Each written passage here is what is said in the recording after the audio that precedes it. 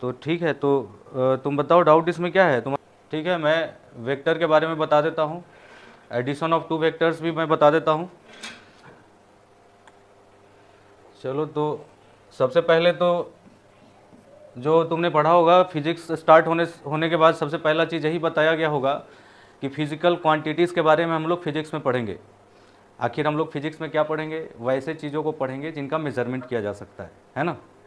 और जिनको मेजरमेंट किया जा सकता है उसी को क्या बोलते हैं? फिजिकल क्वांटिटी, है ना। अब उस फिजिकल क्वांटिटी को दो कैटेगरी में बांटा गया है, स्केलर एंड वेक्टर। तो स्केलर क्वांटिटी क्या है और वेक्टर क्वांटिटी क्या है, एक जनरल आइडिया है क्या है? हाँ, बिल्कुल सही है। स्केलर में सिर्फ और सिर्फ मैग्नीट्यूड रहता है और वेक्टर में जनरली क्या होता है?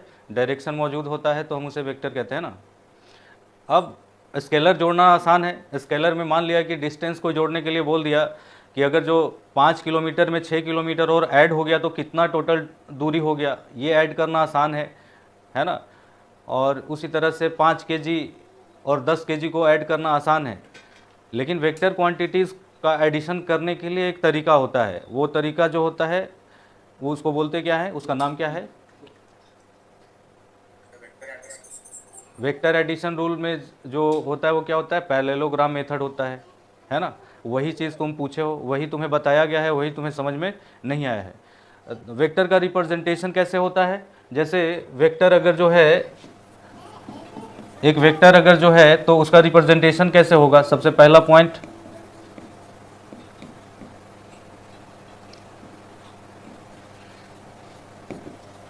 रिप्रेजेंटेशन कैसे होता है? तो इसमें एक एरो बनाते हैं। उससे कहिए कि ये वाला म्यूट कर लेगा, इसका माइक ऑफ कर लेगा, दोनों जगह से वो दिया हुआ है। तुम्हारे पास दो डिवाइस है क्या? दोनों में माइक ऑन है? हाँ, उसका स्पीकर भी ऑफ रखना है जिसका माइक ऑफ। दिल को थोड़ा आज काम चला लो। तो रिप्रेजेंटेशन ऑफ वेक्टर क्या होता है? एक एरो इस तरह से रहता है जिसका, इसको क्या बोलते हैं? हेड बोलते हैं। क्या बोलते हैं? और ये जो लंबाई है इसको क्या बोलते हैं? इसको क्या बोलते हैं? टेल। ये पीछे वाला जो पोर्शन है उसको क्या बोलेंगे? टेल। क्या बोलेंगे? Head, tail. और ये जो लंबाई है वो क्या बताता है? मैग्नीट्यूड कितना है। हेड क्या बताता है? डायरेक्शन, डायरेक्शन बताता है। तो रिप्रेजेंटेशन इस तरह से होता है। अब मान लो कि कोई बोले कि दो वेक्टर का एडिशन करना है। वेक्टर, एक वेक्टर है ए और एक वेक्टर है बी। ये वेक्टर ए हो गया और ये वाला वेक्टर बी हो गया। इन दोनों के बीच में एंगल बन रहा है थीटा। दोनों का डायरेक्शन अलग अलग है, ये तो क्लियर है कि डायरेक्शन अलग अलग है। दोनों का मैग्नीट्यूड भी अलग अलग हो सकता है, नहीं भी हो सकता है। तो इसका एडिशन कैसे करेंगे? जैसे मान लिया कि ये जैसे फोर्स है, ये है 10 न्यूटन ईस्ट। ए जो है, वेक्टर ए जो है वो क्या है? 10 न्यूटन ईस्ट। और वेक्टर बी जो है वो है 20 न्यूटन नॉर्थ ईस्ट। ऐसा है। तो दो डायरेक्शन हो गया। अब इन दोनों का एडिशन करना है। इन दोनों का एडिशन करना है। एडिशन करने कोई बोलेगा तो 10 + 20 30 न्यूटन नहीं बोल देंगे, क्योंकि वो तो स्केलर क्वांटिटी जब होता है तब ऐसा करते हैं। तो इनका एडिशन करने का क्या तरीका है? तो हेड एंड टेल मेथड। क्या? Head and tail method. मतलब पहला वेक्टर तुम चूज करो। जितने भी वेक्टर्स को ऐड करना है, जितने भी वेक्टर्स को ऐड करना है, उन सारे वेक्टर्स में से पहला वेक्टर तुम अपने मन से चूज करो। उसी तरह दूसरा वेक्टर तुम चूज करो। हो सकता है कि 2 के जगह 4 का ऐड करना हो, 10 को ऐड करना हो, तो पहला वेक्टर अपने मन से चूज कर लो। उसके बाद दूसरा वेक्टर भी अपने मन से चूज करो। कोई फर्क नहीं पड़ता। एक स्टूडेंट पहला वेक्टर किसी ए को मानेगा, एक दूसरा वेक्टर जो है ए को मानेगा, तो कोई उनके कैलकुलेशन में कोई दिक्कत आने वाला नहीं है। तो जैसे मैंने मान लिया कि दो वेक्टर है ए और बी, ये ऐसा भी दिया हुआ रह सकता है, इस तरह से दे देगा क्वेश्चन में कि एक वेक्टर ऐसा है ए और एक वेक्टर, ये अलग अलग दिखाएंगे, एक वेक्टर बी ऐसा है, इन दोनों को ऐड करो। मतलब ये वाला और ये वाला, इस तरह से अगर जो तुम्हें दिया जाए, इस तरह से तुम्हें अगर जो दिया जाए दो वेक्टर तुम्हारे स्क्रीन पे, या फिर इस तरह से दिया जाए, दोनों में कोई फर्क नहीं है। अगर जो ये वाला डायरेक्शन और ये वाला डायरेक्शन दोनों सेम है, तो वेक्टर को हम स्क्रीन पे कहाँ पे रख रहे हैं उससे फर्क नहीं पड़ता, वो चेंज नहीं हो रहा है, वो सेम ही वेक्टर है। ठीक है। तो हम क्या करेंगे, किसी को भी पहला वेक्टर मान लेंगे। तो पहला वेक्टर मान लेते हैं ए को। किसको मान लेते हैं? ए को मान लेते हैं। ए को यहां पे लेके आते हैं। पहला वेक्टर जैसे है वैसे ही उसको शिफ्ट कर देना है, पैरेलली उसको शिफ्ट कर देना है। पैरेलली शिफ्ट कर लिए पहला वेक्टर। फिर दूसरा वेक्टर को लेके आना है। फिर क्या करना है, दूसरा वेक्टर को लेकर आना है और कहां रखना है, पहला वेक्टर के हेड पे। पहला वेक्टर के हेड पे जो दूसरा वेक्टर है उसको पैरेलल ही शिफ्ट करना है, लेकिन रखना कहां है उसके टेल को, पहले वेक्टर के हेड के ऊपर। तो देखो रख दिए, रख दिए। हमारे पास दो ही वेक्टर था, हमारे पास दो ही वेक्टर था, इन दोनों का एडिशन करना था। तो अब हमें क्या करना है, रिजल्टेंट वेक्टर जो निकलेगा वो कैसे निकलेगा, शुरुआत से लेके अंत तक एक एरो डाल दो, वो हो गया तुम्हारा रिजल्टेंट वेक्टर। यहां से लेके यहां तक जो हो गया ये क्या हो गया, रिजल्टेंट वेक्टर। मतलब पहला का टेल से लेके दूसरा वेक्टर का हेड तक, दूसरा वेक्टर का हेड तक हमने जो बना दिया एरो, वो क्या हो गया, रिजल्टेंट वेक्टर। तो ये आइडिया है, समझे, यही आइडिया है बनाने का। तो अब हम इसमें क्या करेंगे, अब ये तो हमें अंदाजा मिल गया कि वेक्टर को ऐड कैसे करते हैं। हमें सिर्फ अंदाजा मिला है अभी कि वेक्टर को ऐड कैसे करते हैं। रियल कैलकुलेशन के लिए हम लोग कौन सा मेथड यूज करेंगे, पैरेललोग्राम मेथड रहेगा। मान लो कि ये है और एक वेक्टर ये है। अब तीनों वेक्टर अलग अलग है, ए बी सी। पहला वेक्टर किसको माने बताओ, पहला वेक्टर ए को मान लिया, चलो। दूसरा वेक्टर किसको माने बताओ,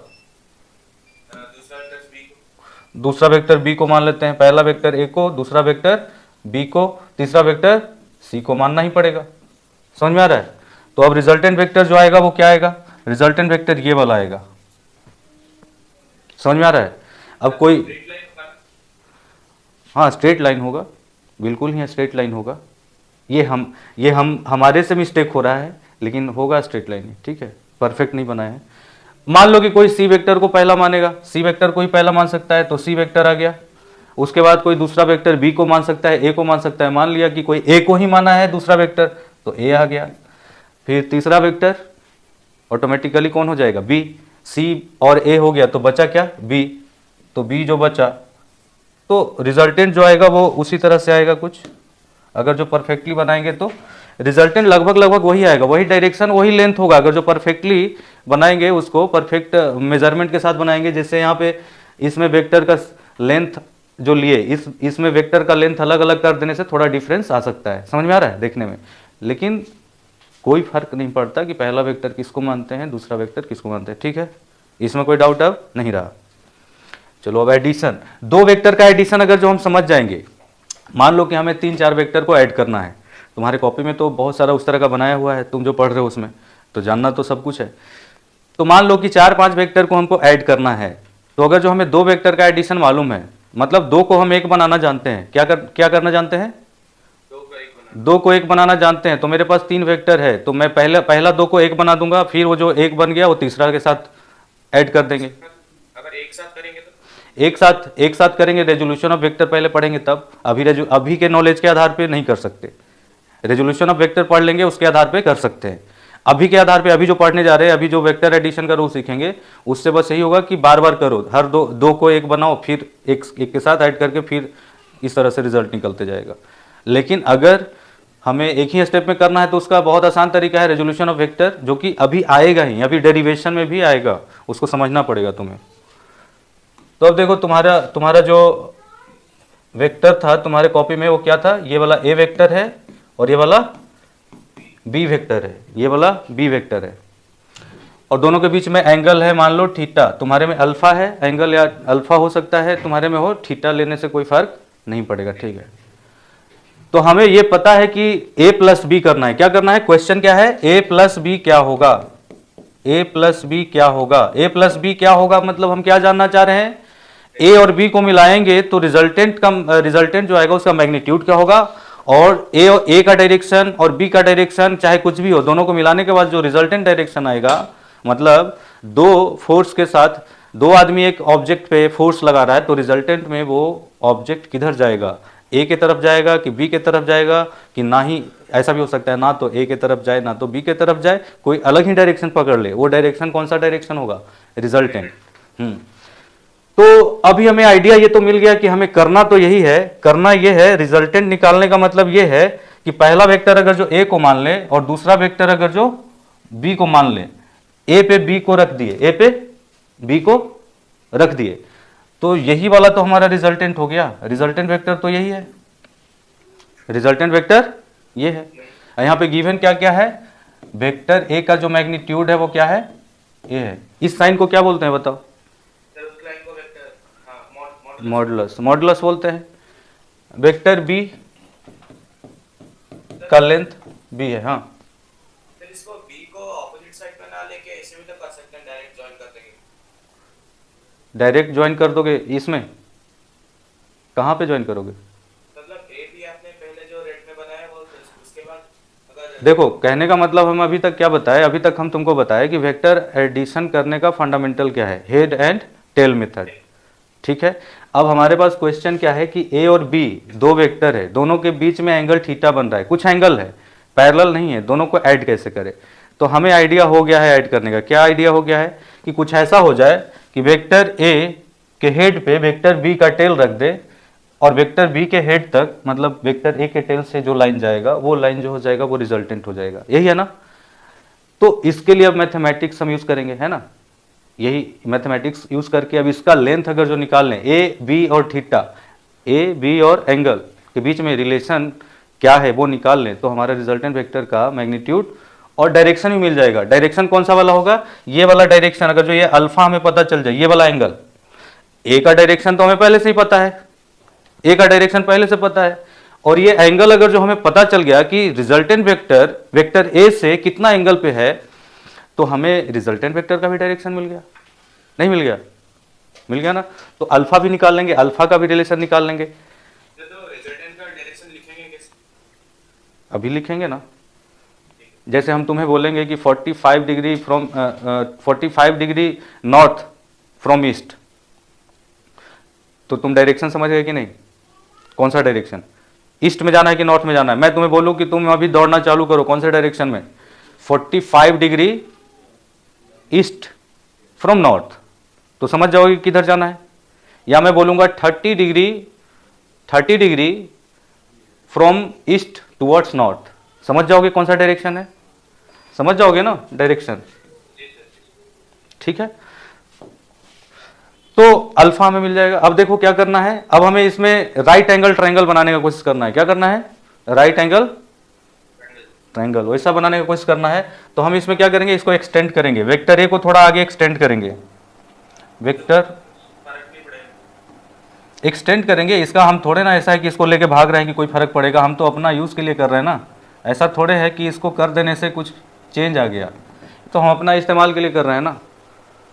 ठीक है, तो ये एंगल बताओ ये बताओ कि ये वाला डायरेक्शन और ये वाला डायरेक्शन दोनों पैरेलल है या नहीं है, पैरेलल है।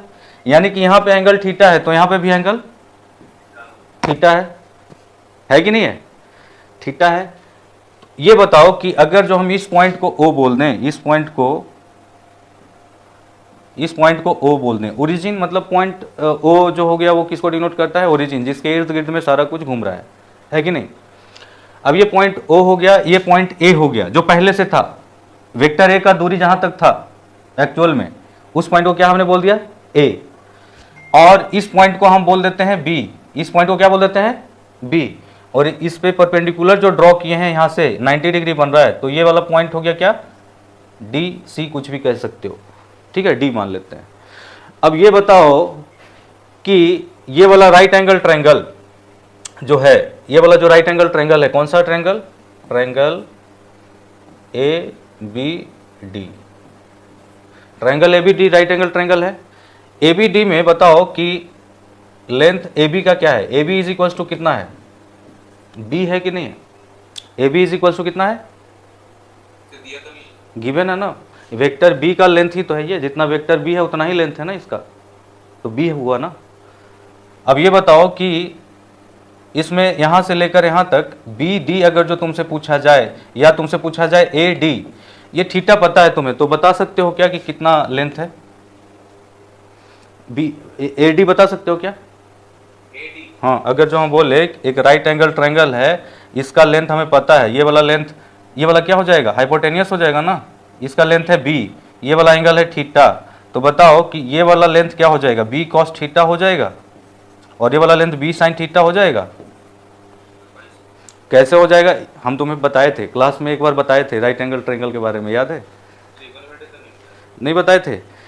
तो देखो राइट एंगल ट्रायंगल में क्या होता है, ये बताओ। ये सबसे बड़ा वाला साइड इसमें कौन सा है? ए बी ही है ना, हाइपोटेनियस है, तो हाइपोटेनियस जो हो गया वो बी हो गया। अभी बताओ कि इसको क्या बोलेंगे? ये वाला एंगल अगर जो थीटा जो है, इसके लिए बेस कौन सा है? AD.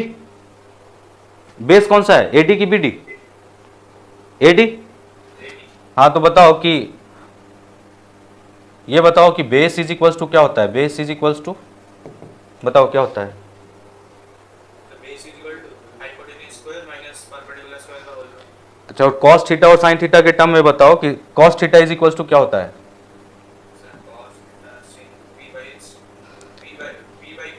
Cos theta is equals to P by B नहीं होता है, बी बाई एच होता है। क्या होता है? बी बाई एच होता है। साइन थीटा क्या होता है? पी बाई एच होता है। क्या होता है? P by H. समझ में आ रहा है? Sine theta is equals to P by H. तो ये वाला बात बताओ तुम कि अगर जो हमें पता है कि ए डी है जो कि बेस है, तो बेस की जगह क्या हो जाएगा? A D. बेस की जगह क्या हो जाएगा? A D. तो यहां से क्या मिलेगा तुम्हें? बेस इज, ये बेस है ना, base is equals to A D, और ये क्या है? परपेंडिकुलर। परपेंडिकुलर, तो बेस यहां से क्या आ जाएगा? Base is equals to H cos theta. क्या आ जाएगा? परपेंडिकुलर इज इक्वल्स टू क्या आ जाएगा?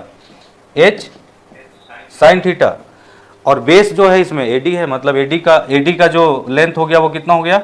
एच कॉस थीटा, यानी कि बी कॉस थीटा। एच मतलब B, B D is equals to H sine theta, यानी कि बी साइन थीटा। बात समझ में आया? हाइपोटेनियस जो है उसका लेंथ इसमें कितना है? बी है। ठीक है, तो हमें पता चल गया सारा लेंथ, यहां से लेकर यहां तक लेंथ पता चल गया टोटल। देखो ओ से लेकर डी तक पता चल गया। पहले से पता था यहां से यहां ए है, कितना है? ए। यहां से यहां कितना पता चला? एच कॉस थीटा, यानी कि बी कॉस थीटा। और यहां से लेकर यहां तक बी डी का जो लेंथ है वो क्या मिला है? B sine theta.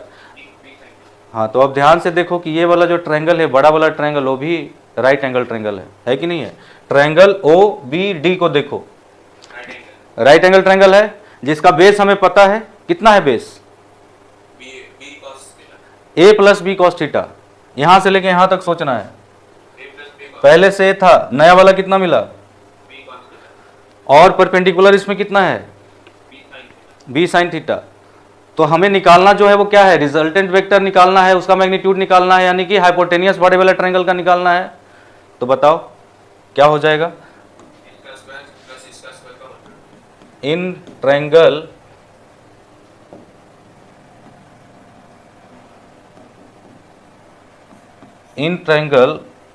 O B D, in triangle O B D, R is equals to A plus B cos theta का स्क्वायर प्लस का स्क्वायर। तो यहां से क्या आ जाएगा?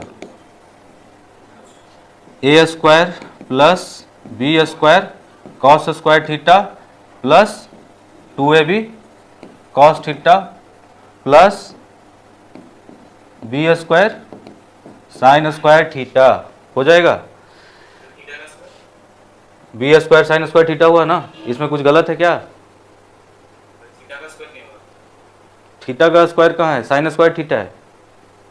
कहाँ है थीटा का स्क्वायर? कहाँ है? A plus B cos theta का द होल स्क्वायर, जिससे ए प्लस बी का द होल स्क्वायर वाला फॉर्मूला से हुआ ना, A square plus B square plus 2ab हो जाए।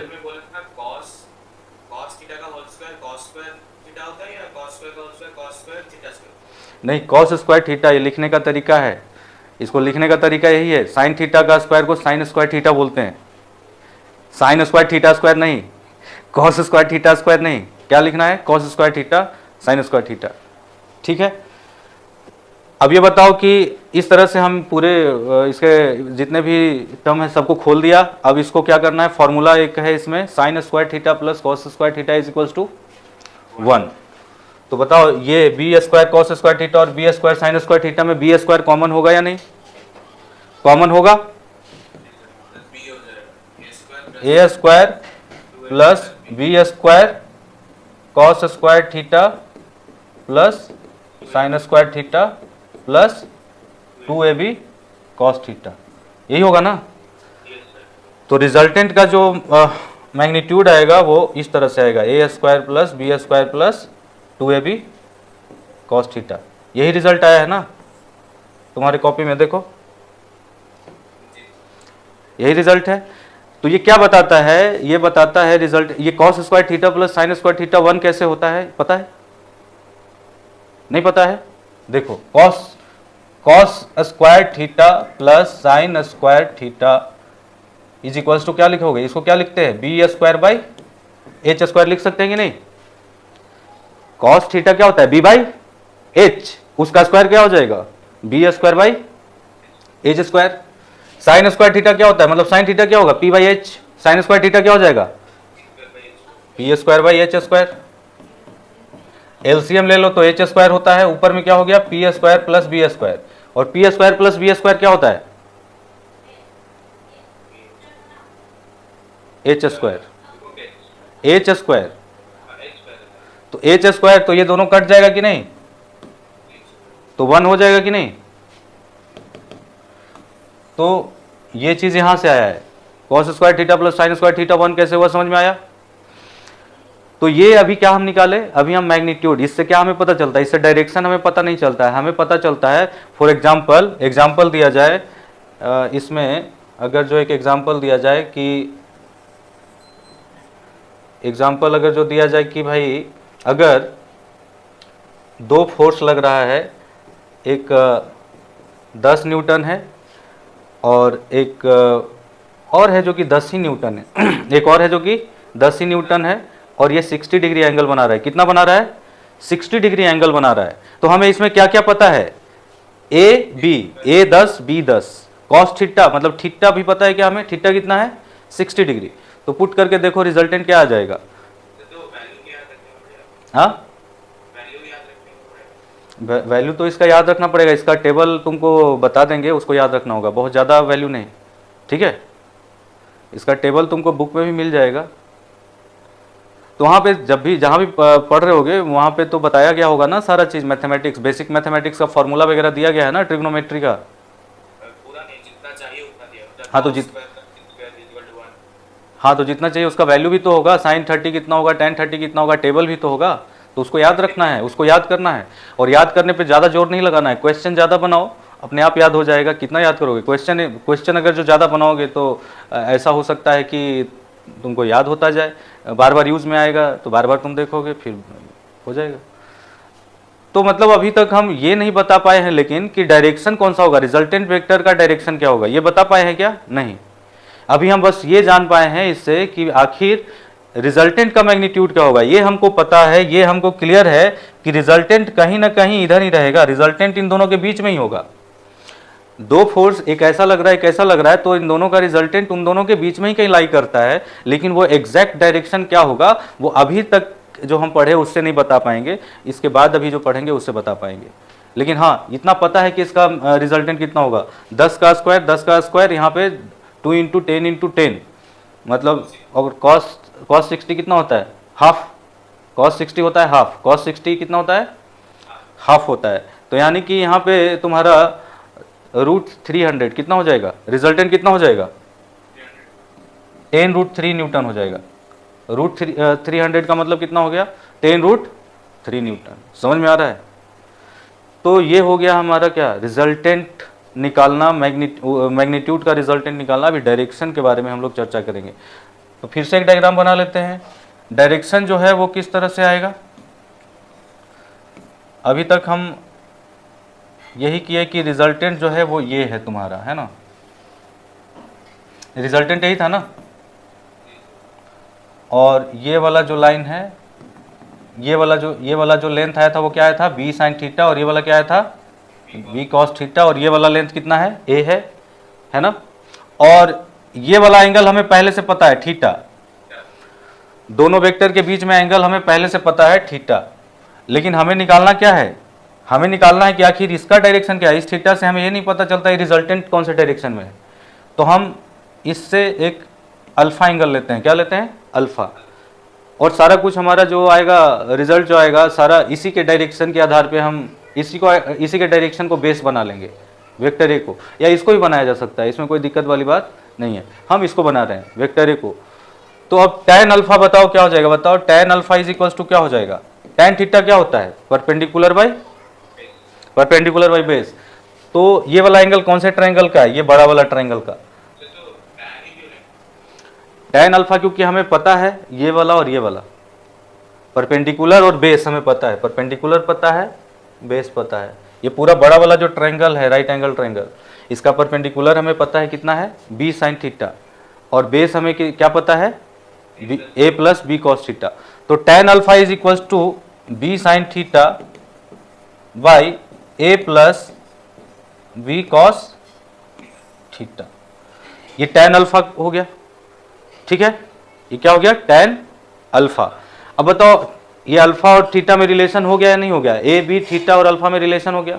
अगर जो हम b का वैल्यू डाल दें, साइन थीटा का वैल्यू डाल दें, a का वैल्यू डाल दें, b का वैल्यू डाल दें, cos थीटा का वैल्यू डाल दें, तो मान लो कि tan अल्फा का वैल्यू आ गया, मान लो कि tan अल्फा का वैल्यू आ गया 1। क्या आ गया, 1, यानी कि अल्फा कितना है, अल्फा कितना है, tan कितने डिग्री के लिए 1 वैल्यू देता है, टेबल में देखो और बताओ।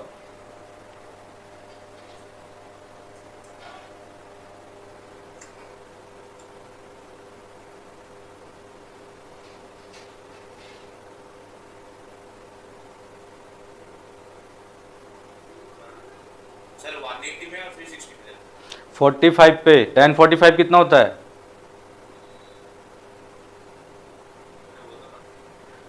चलो हम टेबल बता देंगे। मतलब tan अल्फा, मतलब अगर जो देखा जाए tan 45 degree is equal to कितना होता है, 1, कितना होता है, यानी कि अगर जो ऐसा वैल्यू आ गया, मान लो कि तुम्हें ये पता है कि tan 45 1 होता है ना, तो तुम ये तो कह सकते हो ना कि अगर जो तुम्हारे कैलकुलेशन के बाद tan alpha is equals to 1 हुआ, तो ये तो कह सकते हो ना कि alpha is equals to 45 degree. इसका मतलब क्या हुआ, alpha is equals to 45 degree. और ये अल्फा क्या हो गया, कहां से 45 डिग्री, वेक्टर ए से बी के तरफ 45 डिग्री, वेक्टर ए से बी के तरफ 45 डिग्री। तो डायरेक्शन हमें मिल गया या नहीं मिल गया, समझ में आ रहा है बात। तो क्या डायरेक्शन ही तो निकाले, डायरेक्शन निकालने के लिए हम इस फॉर्मूला का यूज करेंगे। हाँ, एग्जाम्पल एक बताया कि मान लो कि तुमने सारा वैल्यू इसमें डाला, और कोई क्वेश्चन है, एक दो वेक्टर दिया हुआ है, एंगल भी कुछ दिया हुआ है, ए और बी का वैल्यू भी दिया हुआ है, तो तुम क्या करोगे, डायरेक्शन निकालने के लिए यही फॉर्मूला यूज करोगे ना जो लेके आए हो। अब इस डिग्री में, रेडियन में वो तो कन्वर्ट करना, वो तो सीखना पड़ेगा उसको। जैसे 180 degree is equal to pi radian होता है ना, रेडियन में भी एंगल को मेजर करते हैं। तो डिग्री में जैसे मान लो कि अगर जो ऐसा आ गया tan अल्फा का वैल्यू, तुम्हारा हम पॉइंट समझ गए, मान लो कि tan alpha is equals to 2 आ गया, कितना आ गया, tan alpha is equals to 2 आ गया। अब tan किस डिग्री के लिए, किस एंगल के लिए उसका वैल्यू 2 होता है, ये टेबल में हम लोग पढ़ते ही नहीं है, तो हम उसके लिए क्या कर देंगे, सिंपली रख देंगे alpha is equals to tan inverse 2 करके आंसर कर देंगे। समझ में आ रहा है, ये लिखने का तरीका है। हमें 1 के लिए पता था इसीलिए 45 डिग्री बोल दिया, 2 के लिए हमें कोई एंगल पता नहीं है, तो हम उसको tan इनवर्स 2 लिख देंगे, समझे। तो लिखने का तरीका है।